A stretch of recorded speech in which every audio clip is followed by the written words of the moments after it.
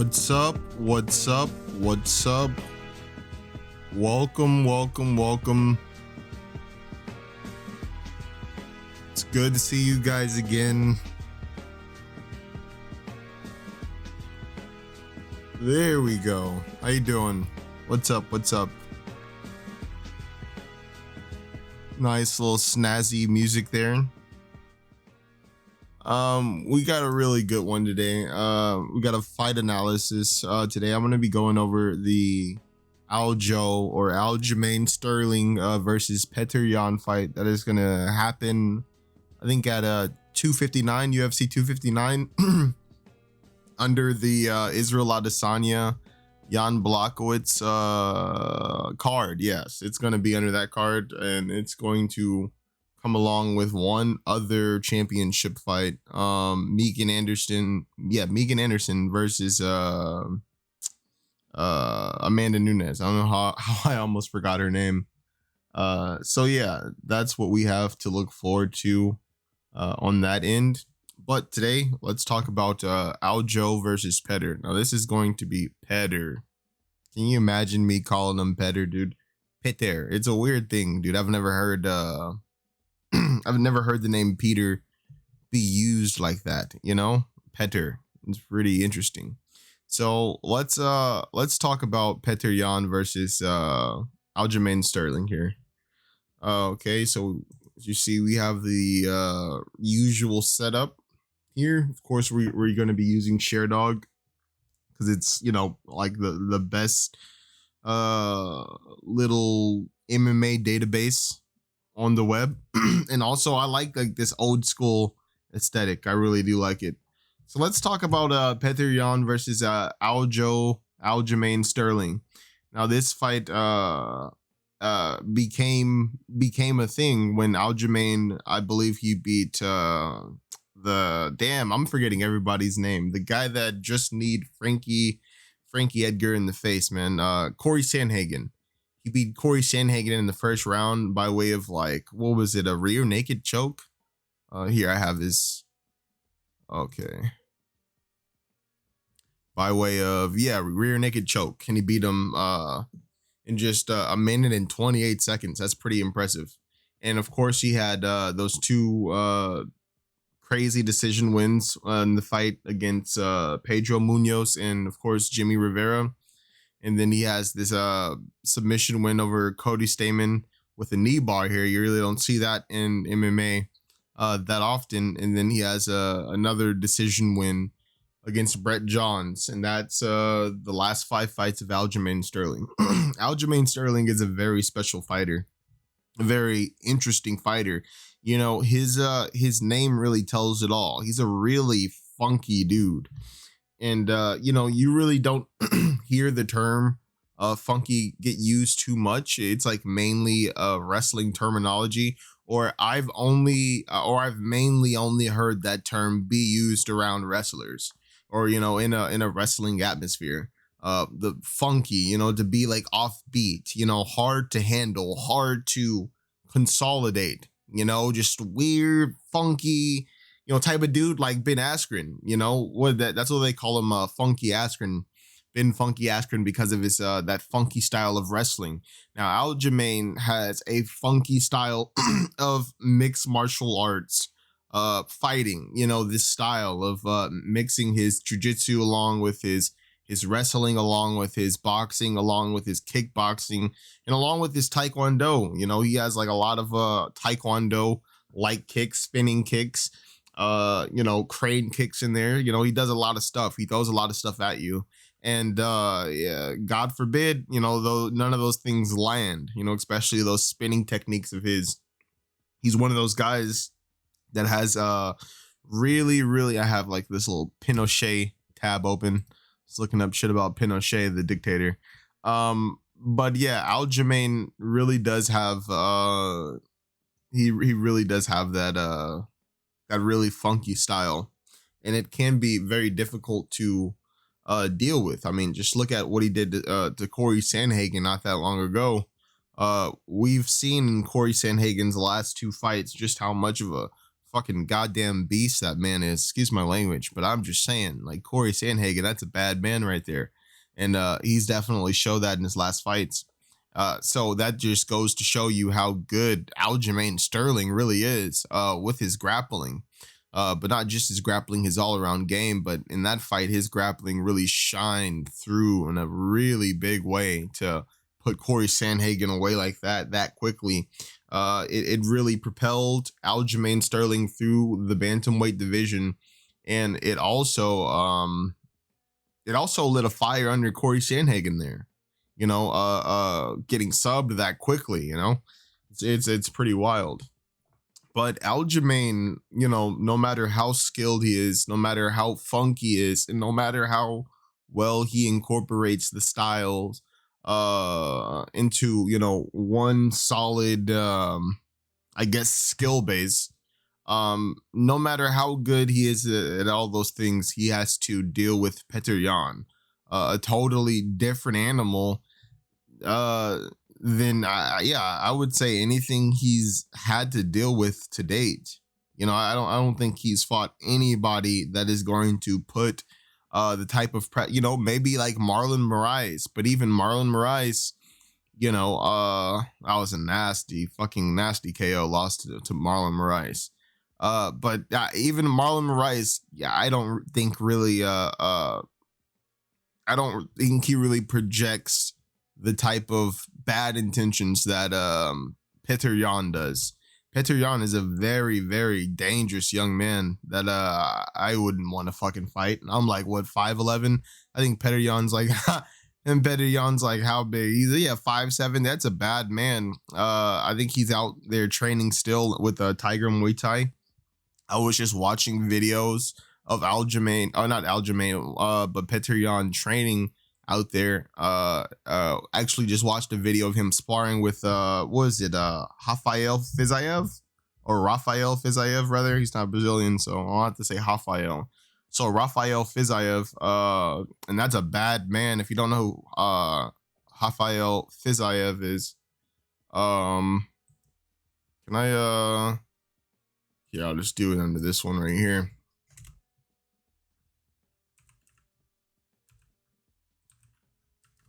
What is that? That's right. Okay. There you go. This man right here is about to shake up the lightweight division, bro. This man, Rafael Fiziev, very, very bad man. I think he is a coach. Not only is he a UFC fighter, he's a part of the fight team at Tiger Muay Thai, and I think he's also a coach at Tiger Muay Thai. And if you've ever seen Rafael Fiziev fight, very, very scary, very technically sound dude. And that's who, let's see, Ataman.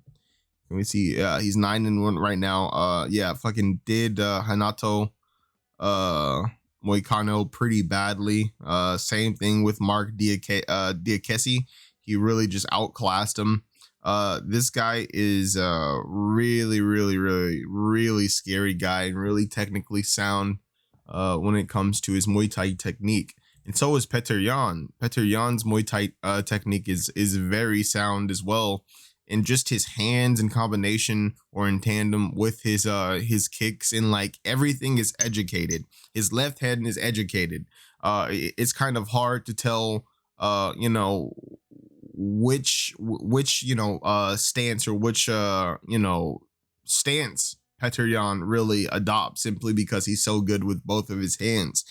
Sometimes he'd seem like a southpaw, and other times he seem just like a orthodox type of fighter. But his hands and his feet are so educated that he just throws these kicks and punches almost effortlessly. If you watch the way he throws those high lead question mark kicks, to his everything, dude. Those body kicks, like those jumping body kicks, to the way he implements the slaps with punches. And that's really something you really don't see as much. You hear about the Stockton slap a lot, but you really don't see a lot of fighters using open hand to set things up, because it sucks to get hit with an open hand. You know what I mean? Getting punched in the face and getting slapped with the open hand, you're still getting struck, but it's the impact, or it's like the not the impact, but it's the way the strike lands. You know, it's the way it feels. Getting slapped in the face or getting slapped in the ear, it doesn't feel good. And sometimes getting slapped in the ear or getting slapped in the face really hard, especially by a guy that has those educated hands and those powerful hands like Petr Yan. Getting slapped like that, it really does fuck with you in a different way.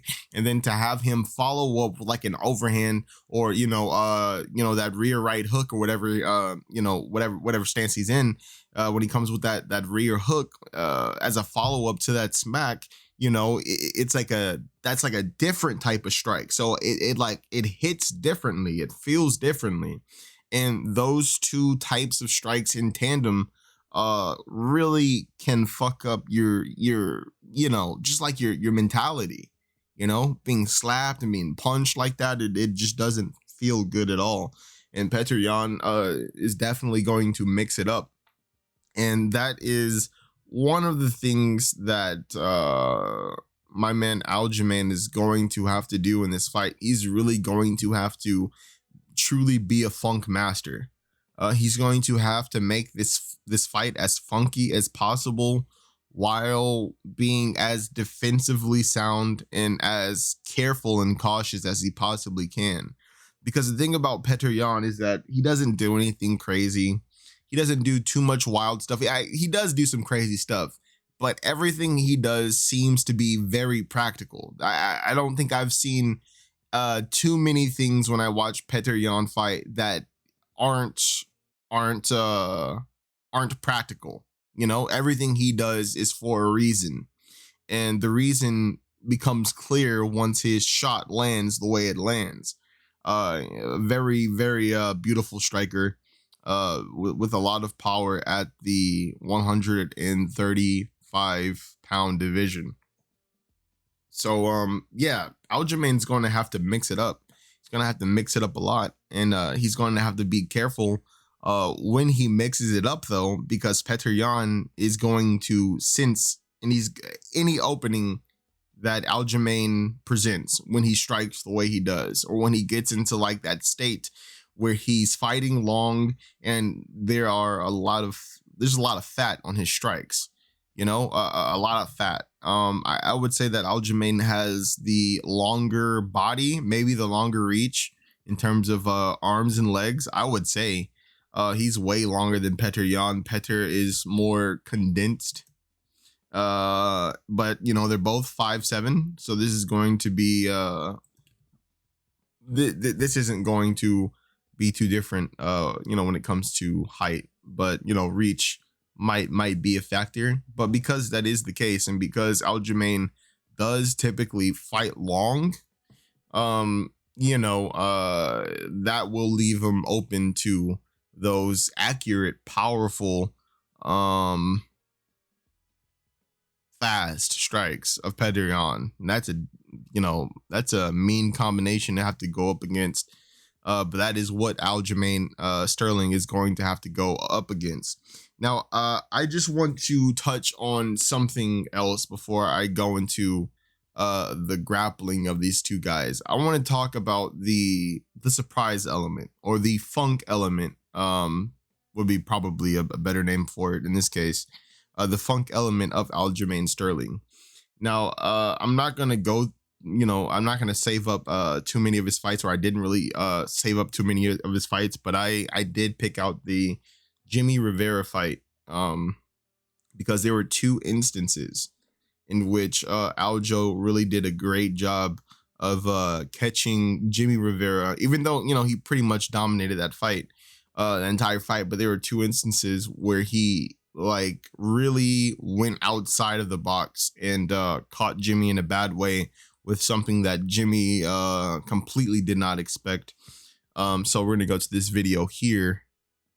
And I think the first timestamp is at 9:55. And in this timestamp, Aljo throws a lead left roundhouse to the body, and then like, of course, you know, when you throw that lead to the body, you're going to have to step down, you know, but he stepped down pretty quickly. And then when he got out of the way, got out of dodge, he backed up to reset. He threw a spinning back fist. So let's watch that right now. He can show you better than I can tell you, I guess. And here we go. So let's just watch this.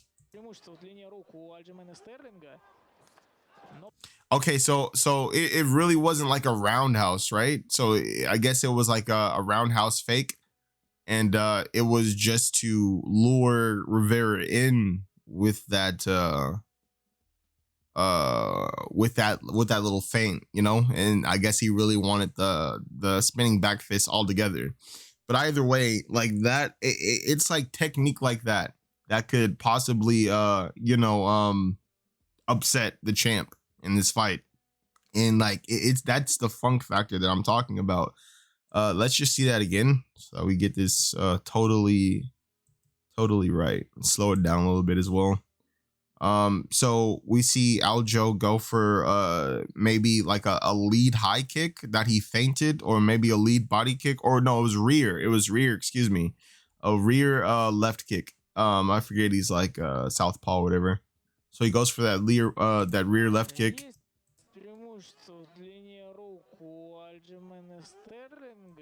All right, and he goes up, and you know, I guess something in Rivera's, I guess, you know, he just sent something in Rivera that Rivera would attack with his back turn after, you know, a feint like that. And that's just what he put out there. And of course, Rivera, as you see, took the bait, and he was met with a spinning back fist, which caught him pretty hard.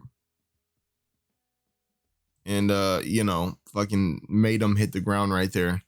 Now, I'm not saying that that Aljamain should go in there and just like do some off the wall shit, because, you know, no, I'm not trying to take anything away from Jimmy Rivera when I say this, but Jimmy Rivera is definitely not Petr Yan, and Petr Yan is a much higher test of skill, or will be, for Aljamain.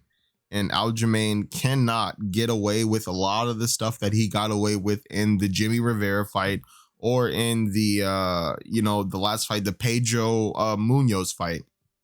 But we saw, you know, in that Corey Sandhagen fight, you know, just how good the ground game of Aljo is. So Petr Yan definitely has to worry about a lot of things potentially coming his way. So so that's one. That's it. And let's just watch that one more time. Yeah, so you can see that one more time. Throws that leg kick. He feints that that left high. Lets him come in, and he hits him with that spinning back fist. That's beautiful. And you know, oddly enough, Petr Yan, I think, has only lost one time in his career, and his only loss comes by way of knockout. And the guy that knocked him out with a spinning back fist, oddly enough. But we really don't, I can't find the video of that fight. So that fight is like lost to the internet, or, you know, potentially, because it was an amateur fight. It wasn't professional. I think most of Petr Yan's professional fights are able to be found. So the next time we're going to go to is 12:20. And at 12:20, Aljamain catches Jimmy with like a nasty fucking elbow, up bow rather. And he timed Jimmy just fucking right. It was crazy. Let's look at this. Oh, look at this. You saw they just had that exchange right here. And then Aljo is going to reset here, and you're gonna see like a little switch. You're gonna obviously see him sense something in the way that Jimmy Rivera is carrying himself. You know, Jimmy, when he closes the distance, he likes to bob down. You know, he's one of those guys. He likes to bob down, kind of like a peekaboo style Lee, almost, little kind of. So he likes to bob down to close that distance, to potentially maybe fake a takedown, or catch your opponent off guard with a punch coming back up. So Aljamain caught on to that, and he delivered a well-timed up bow. And you see it right here. You see Aljamain looking like that, and you see him send something. And then you see Jimmy come in. You're going to see Jimmy bob down. You're going to see him try to close that distance. And once he does, he's going to be caught with that up bow. You see that? And that was a beautifully timed one right there too. Does it again.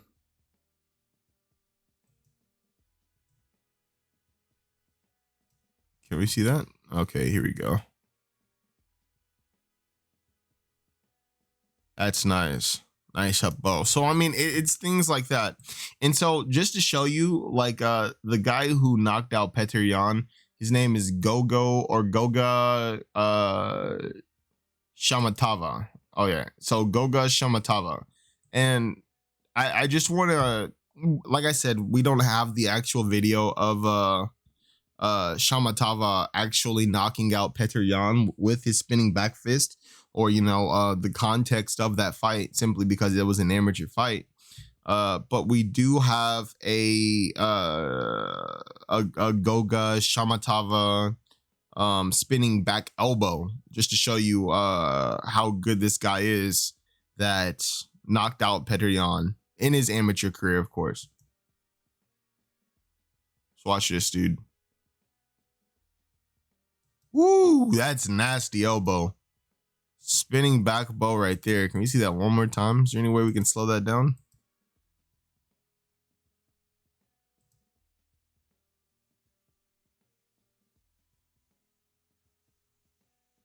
Oh, and that was crazy, dude. The dude like went for a lead hook to the spinning back fist, it seems.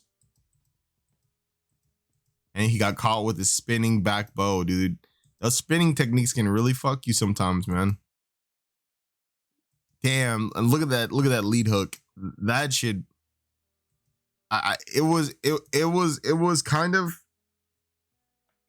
of nice, but you can tell that that lead hook really telegraphed it really telegraphed the spinning back fist, simply because you can tell that that hook was a throwaway hook. It was like a really nasty hook. It was like a really ugly hook. I mean, let's watch that one more time. Yeah. So I mean, like, that's the guy, dude. Goga Shamatava. He knocked out Petr Yan with the spinning back fist. So I mean, Aljamain has some pretty good spinning techniques. Not that he should use them, because of course Petr Yan, that was an amateur Petr Yan, and Petr Yan has definitely learned from that. That loss. I'm definitely certain. So and then we go to the striking. I mean, the grappling rather. When you talk about the grappling of Petr Yan and Aljamain Sterling, I would say very high level. I would say that Petr Yan has a great ground game, whether he's on top. And I don't know if I've ever seen too many fights. I haven't watched too many fights where he's been on bottom, but I would imagine that he's very competent on the bottom as well. One thing that is especially strong when you talk about Petr Yan's grappling is his clinch grappling. His clinch grappling is going to, I think, be a very big problem for Aljamain Sterling. I think Aljamain is going to want to maybe, shoot in rather than try to grapple him, in the clinch, because I think that Petr Yan just might be a little bit stronger in that clinch. And not just a little bit stronger in that clinch, he's going to be, I would imagine, a lot more technical because of that Tiger Muay Thai background. And there are a lot of, not saying that Aljamain Sterling isn't up on game with his Muay Thai skills, but when you talk about mixed martial arts, especially American mixed martial arts, in relation to traditional Muay Thai, Petr Yan's out there training in Tiger Muay Thai. I think it's what is that like in Phuket or some shit? It's in Thailand. It's in the mecca of Muay Thai, and he trains with the best Muay Thai fighters there are, on the planet. And so when it comes to, clinch technique, clinch takedowns, just clinch control, all around clinch control and clinch striking, Petr Yan definitely has the advantage and looks a lot better in that aspect of the game of grappling. But when things go to the ground, Aljamain Sterling is very dangerous from the bottom. They're very dangerous from the top. Very dangerous all around on the ground. And that was probably kudos to his coach team, fucking Matt Serra and Ray Longo. Those guys, if anybody knows the ground game, dude, it's those guys, man. Those guys have been training fighters. Matt Serra himself is a former UFC welterweight champion. These guys know a thing or two about the fight game, and they have downloaded all their years of knowledge and wisdom into Aljamain Sterling. And that really shows through when you see him, fucking tap Corey Sandhagen in a minute 28 seconds or whatever it was. It's absolutely nanners when that happens. But Petr Yan, let's see here, Petr Yan. Petr Yan really doesn't have too many. All right, so he has one guillotine choke submission. Is that one? Yeah, that's one guillotine choke submission, and then he has absolutely no submissions in his amateur record. It's either decision. One submission is either decision or KO. That's the only way you're going out with this guy. You either barely get away just enough, you just make it out barely when you fight this guy, or you don't win. Magomedov is the only guy professionally to beat Petr Yan. As you see here, he beat him by split decision. But in their next fight in 2017, Petr Yan got that dominant decision win over Magomedov. Bad man, very bad man when it comes to that grappling as well. I'm not really too sure how well Petr Yan deals with the grappling prowess of Aljamain Sterling, but just by the Aljamain Sterling performances that I've seen thus far, he definitely poses a lot of threats. If you see this a guy that has fucking knee bar submission wins in his fucking in his career, rear naked chokes, arm triangle submissions, guillotine chokes, of course, rear naked. Guy's a problem, like, and it's not really that a guy can learn all the cool and top notch and like 10th planet type of submissions. But like when a guy has just like the basic submissions down, when a guy has a good rear naked choke, when a guy has a good arm triangle or guillotine choke, or even a good knee bar, or able to pull off a fucking knee bar in an actual MMA fight, bro. The guy is a danger on the ground if he can pull things like that off. Petr Yan obviously doesn't really attack too much for the submission. He rather hit you over the head while he's on the ground. I would imagine, he does really train with grapplers, and he does train that jiu-jitsu defense because he couldn't have been champ without that jiu-jitsu defense. Everybody needs jiu-jitsu defense because there will be a time when they will need to prove that they do have jiu-jitsu defense.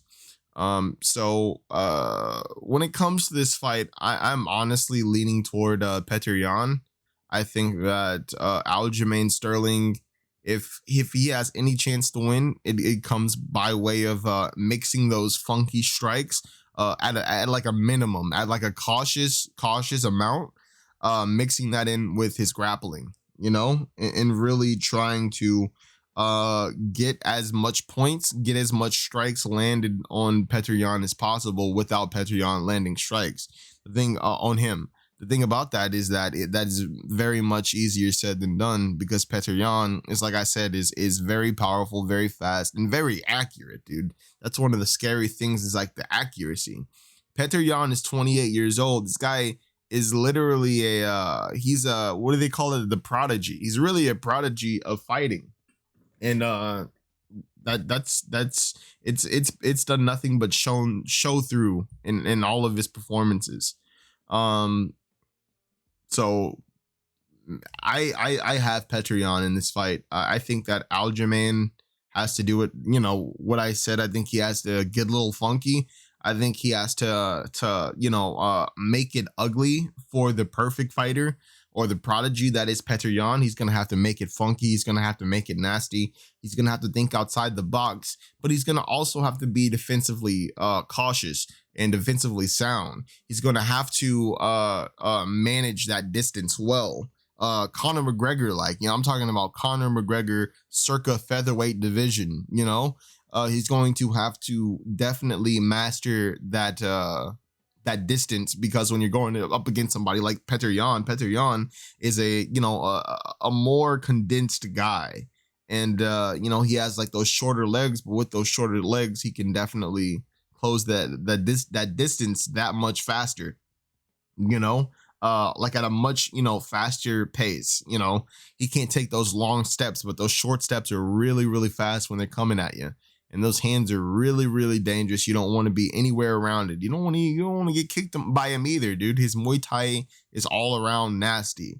And Aljamain really does have a lot of fat on his strikes. Even though he does do a lot of cool shit, he does do a lot of effective striking in there. All 100% of Petr Yan striking is effective.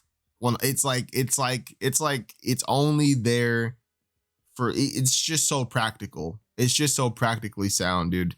So Aljamain really has a lot on his plate when we talk about that. When we just talk about, the pure striking ability of Petr Yan. Now on the ground could be a different, a different deal here. We've seen Aljamain tap a lot of people that probably did underestimate just how good he is. Because like I said, training with Ray Longo and Matt Serra, he definitely has a great ground game. You're not going to not have a good ground game training up there in New York with those guys. So, that's definitely something, if anything, Petr Yan has to look out for. He has to look out for the transitions, the traps, the potential sweeps, and all that comes with a stellar ground game, which Aljamain Sterling has. But I still have Petr Yan in this fight. I think that Aljamain is going to keep it standing. I hope he doesn't keep it standing too much, but when he does keep it standing, I really hope he mixes it up in a safe way, because I don't want to see him get caught with something due to being a little out there, being too loose or too whatever, because like that, he knows that freak things can happen in the octagon. That's exactly what happened with the Marlon Moraes fight, when Marlon Moraes was going to throw a body kick, but because Aljamain Sterling was moving his head, he moved his head right into the knee of Marlon Moraes as he was throwing that body kick, and he went down hard. I mean, that was a nasty KO, dude. And it probably could have been avoided. So he's definitely got to do a good job of where he's placing his head when he chooses to move his head. But, personally, I have Petr Yan in this fight, probably by way of TKO or decision. But, something tells me that Aljamain is going to keep it standing, and he's going to try to trade with Petr. And hopefully, man, like because it's a weird thing. He is going to really need to be funky in this fight, but at the same time, bro, he is going to need to be so defensively sound, dude.